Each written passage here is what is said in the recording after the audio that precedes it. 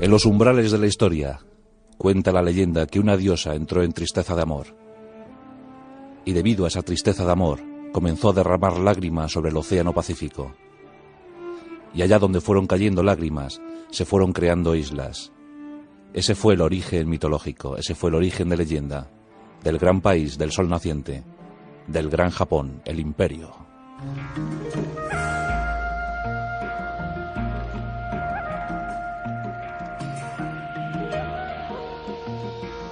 Esta noche en nuestros pasajes de la historia rendimos homenaje a aquellos caballeros, a aquellos samurái, aquellos que sirvieron como inspiración para que algunos llevaran sus estupendos uniformes, sus grandes armaduras, hasta el cine incluso. Porque todos hemos visto la Guerra de las Galaxias, ¿verdad? Y todos hemos visto a los caballeros Jedi. Bueno, pues esa es una clara inspiración basada en los samurái. Esta noche los samurái y su código, el Bushido. El gran lema de los samurái: la muerte es una puerta para una vida muy digna. Los samurái, los servidores, porque ese es el origen, ese es el significado de la palabra samurái.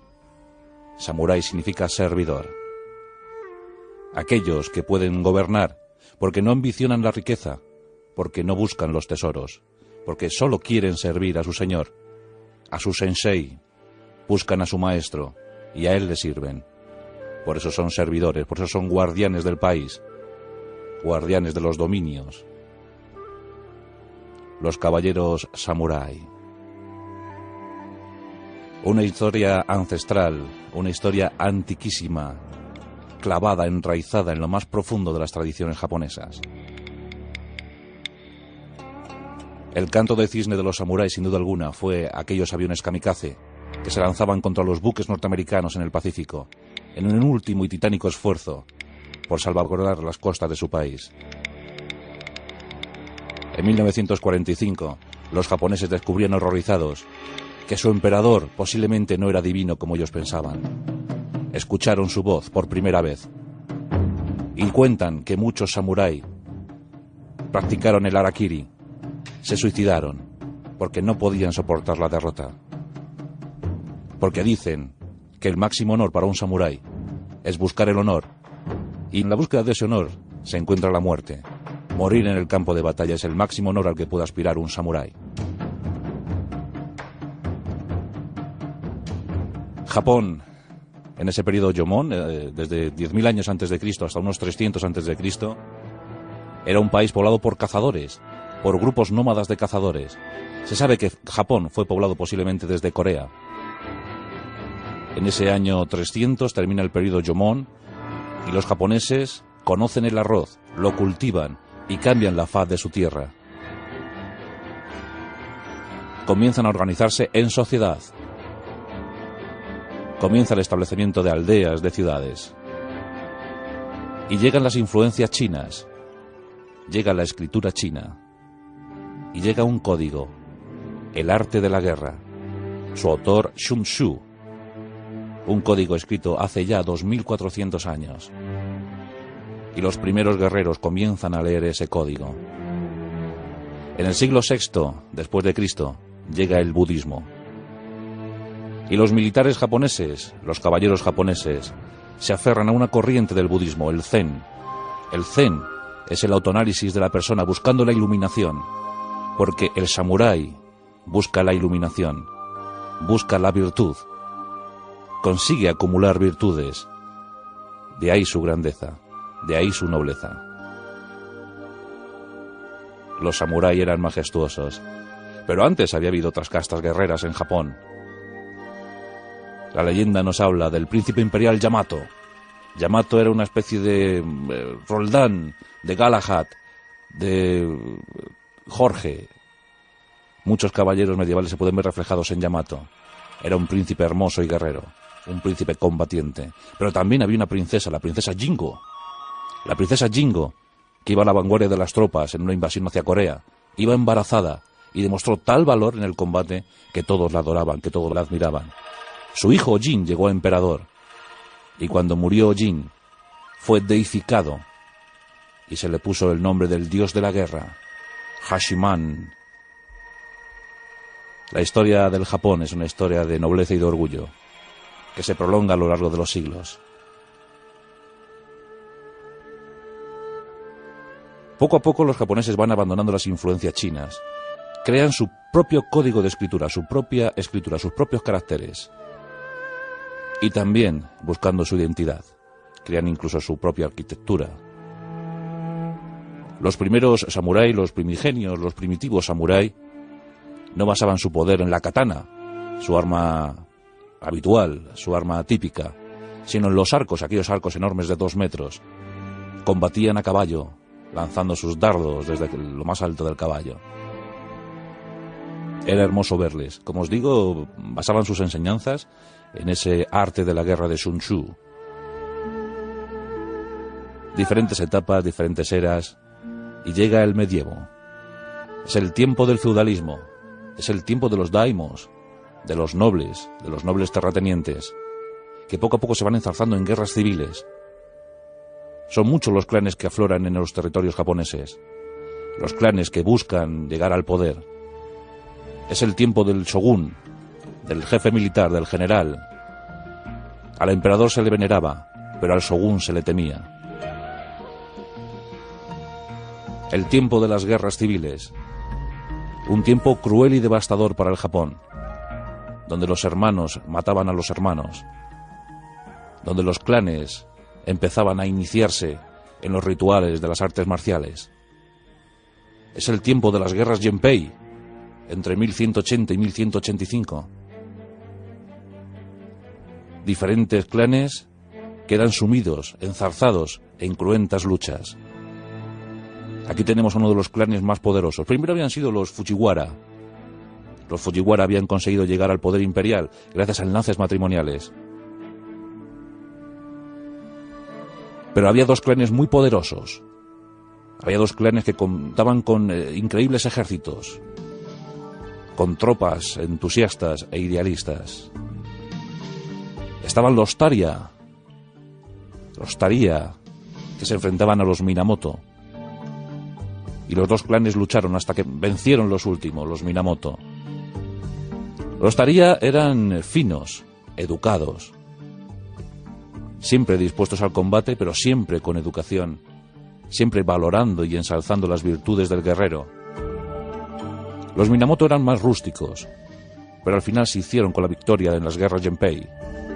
Y en 1185 podemos dar el arranque oficial a la gran era de los samurái.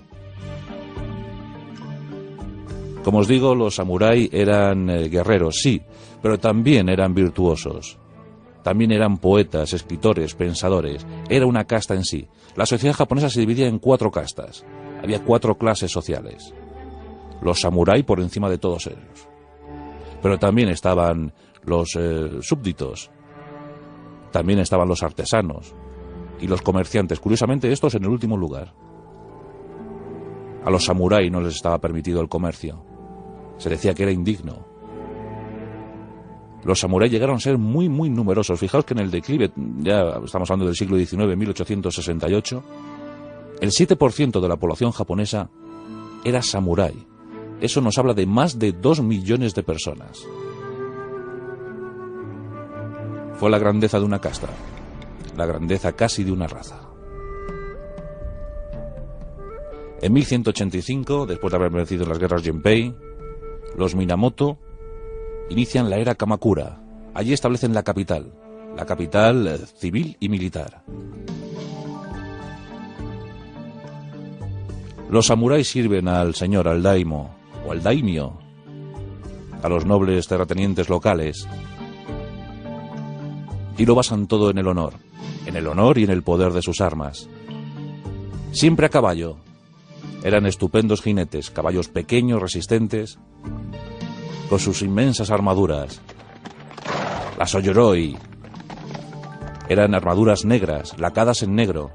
Eran un enjambre de placas metálicas, de placas de acero, que se enlazaban gracias a cordones muy vistosos, muy llamativos. Su casco era increíble, muy bello, el kabuto. Eran armaduras pesadísimas. Ahí estaba el poder de sus lanzas, sus yari. Eran lanzas de acometida. No las lanzaban nunca, simplemente acometían con ellas.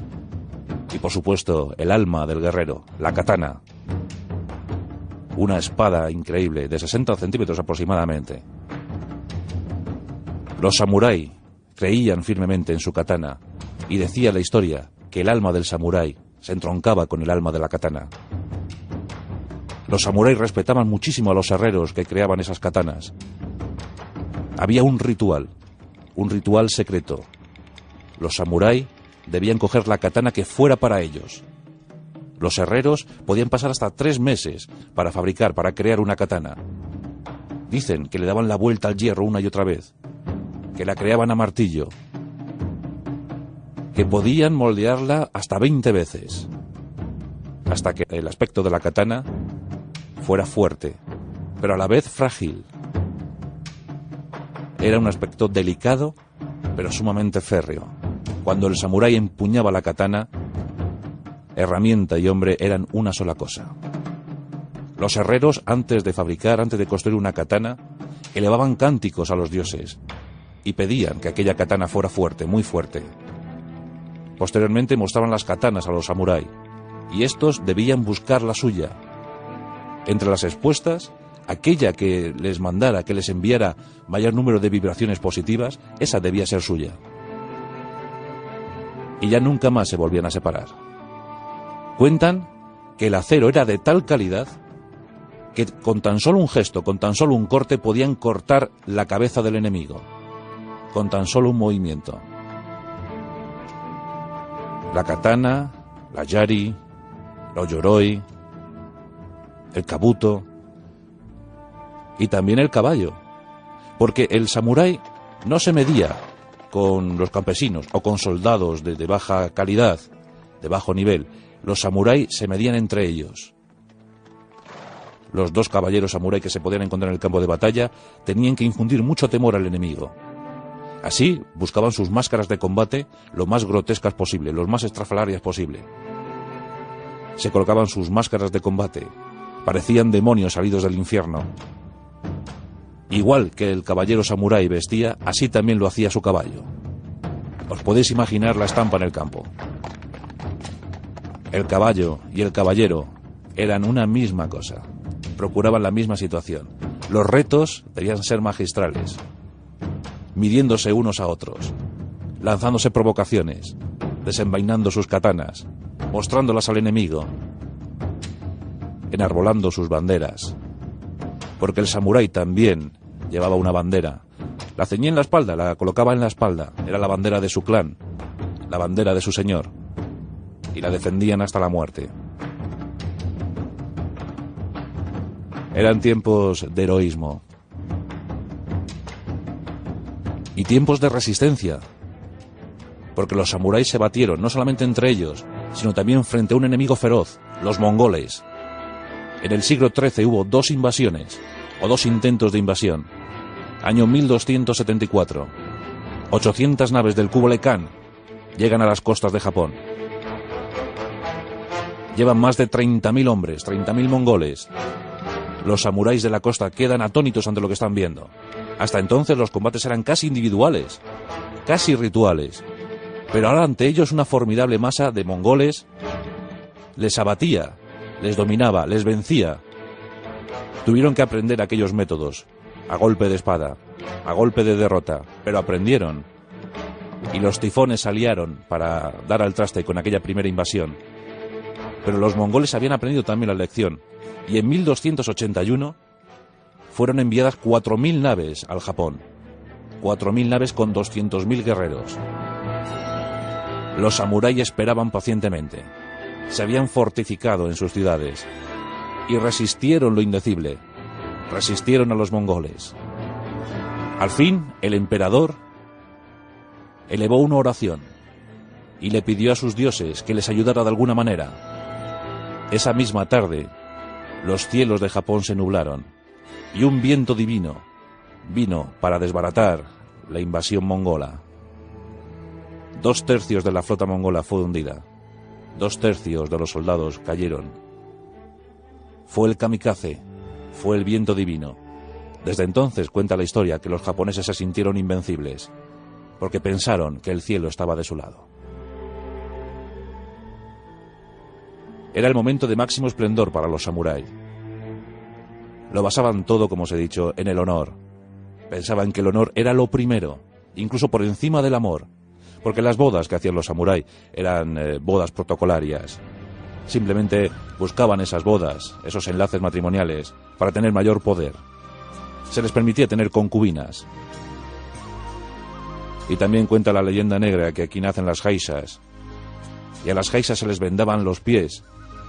Decían que por motivos de belleza, porque los pies pequeños eran más bellos, aunque cuenta que la auténtica realidad era que les vendaban los pies para limitar los movimientos de la mujer, para evitar el espionaje entre clanes. Y apareció el ritual del té.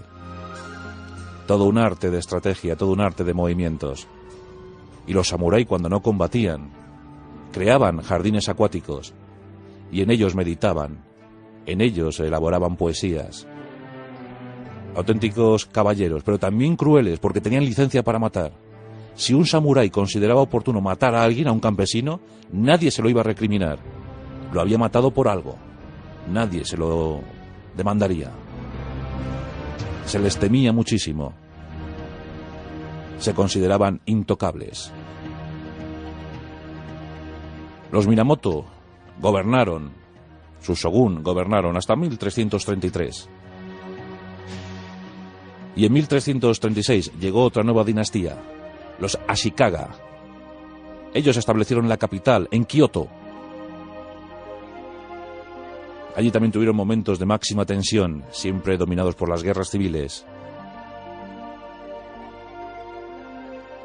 Pero cuando llegó el final del siglo XVI, la llegada de los portugueses, cambió un poco el rumbo de los acontecimientos. En Tanegashima llegaron los portugueses en 1542 y llegaban con armas infernales, armas extrañísimas, eran arcabuces de chispa. Rápidamente los samuráis se percataron.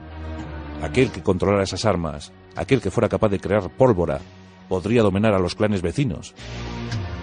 Y rápidamente imitaron esos arcabuces, crearon nuevos mosquetes.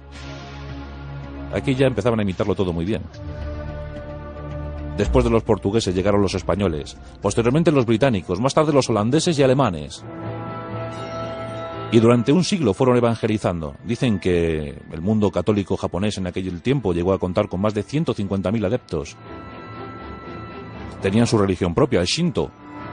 Los sintoístas eran muy numerosos, pero había muchos budistas. Confucio también estaba entrando ya por aquellos territorios.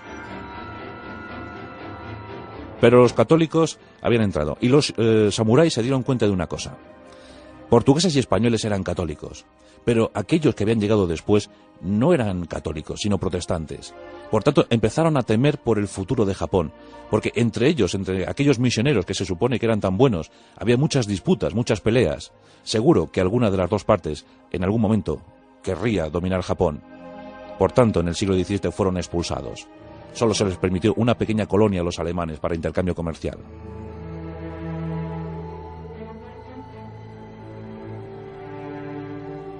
Estamos a punto de llegar a uno de los grandes momentos para la historia de Japón.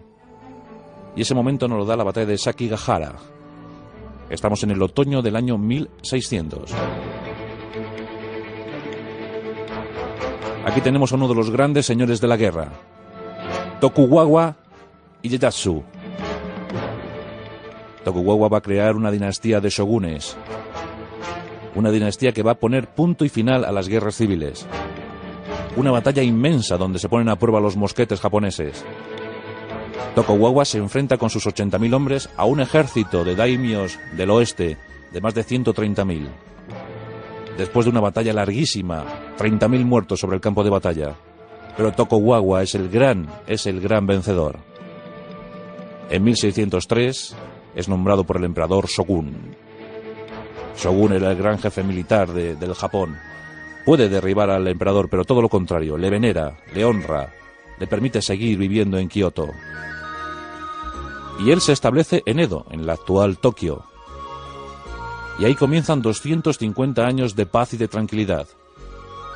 Un auténtico renacimiento para el Japón. Las artes llegan a su momento cumbre. El teatro. Todo florece. Pero los samurái empiezan a languidecer. Comienzan a ser temidos, no hay guerra. Antes a los jóvenes samuráis les habían enviado a Corea en 2 expediciones infructuosas. Pero en el siglo XVII hay que retomar las riendas. Son demasiados y muy armados. ¿Qué podemos hacer con ellos? Tokugawa considera que no hay que desmerecer a los samuráis, que han ayudado muchísimo al Japón en determinados momentos. Por tanto, ordena recoger todas las costumbres de los samuráis y se compilan en un código de honor, el Bushido. El Bushido enumera las virtudes del samurái, ensalza esas virtudes: el honor, la gloria, la veracidad, porque la palabra de samurái era sagrada. Todo lo que eleva al ser humano lo intentan reunir, lo intentan buscar los samuráis. Pero poco a poco se les va desarmando, se les despoja de sus yari, se les despoja de sus armaduras, se les despoja de sus katanas, de sus queridas katanas. Ellos, para no olvidar su tradición militar, confeccionan otras katana, pero en esta ocasión de madera, y las buscan en el roble blanco, que era una madera muy dura. Desde el siglo XVII combaten entre ellos, pero con katanas de madera, con katanas de roble blanco. Los samurái empiezan a perder su identidad, empiezan a perder su sitio en la floreciente sociedad japonesa.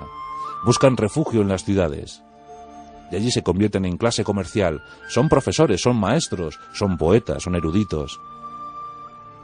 Y así se van integrando, pero otros no lo consiguen. Otros no saben qué ha pasado, y acaban alcoholizados, acaban entre lo más bajo de las ciudades.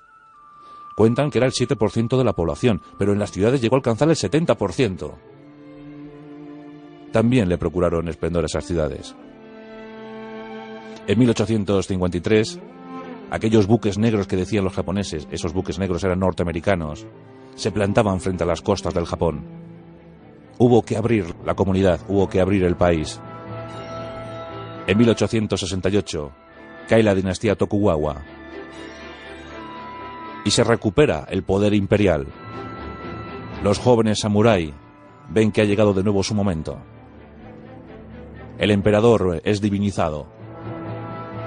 Comienza una nueva etapa para el Japón que acabará en 1945. Logran escapar de la Primera Guerra Mundial, pero en 1931 inician la invasión de China, creando la República de Manchukuo. Los samurái vuelven a retomar el Bushido y se lanzan a su expansión militar. Japón es un país privado de materia prima, hay que buscarla en el Pacífico.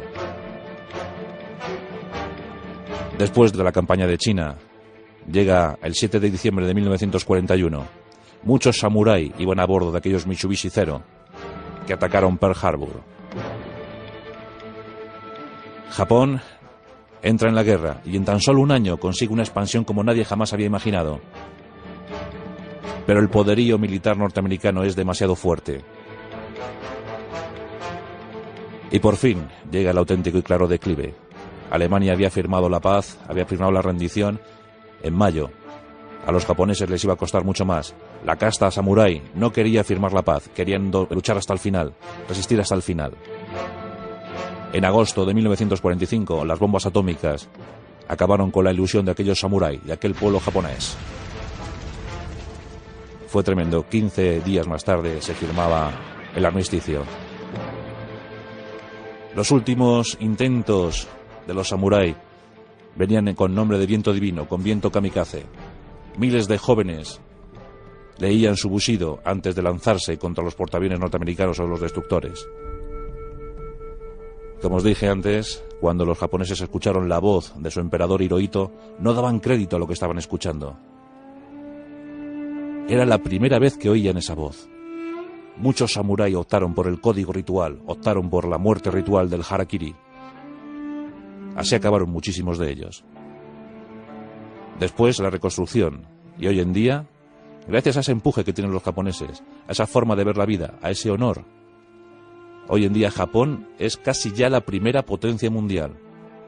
56 años después se han recuperado y ya son líderes mundiales de nuevo. La determinación de un pueblo, la sangre y la raza de ese pueblo, los samurái y su código el Bushido. el honor de un samurái está por encima de todo. Y la muerte es la mejor puerta para una vida digna. En Onda Cero, La Rosa de los Vientos. Juan Antonio Cebrián.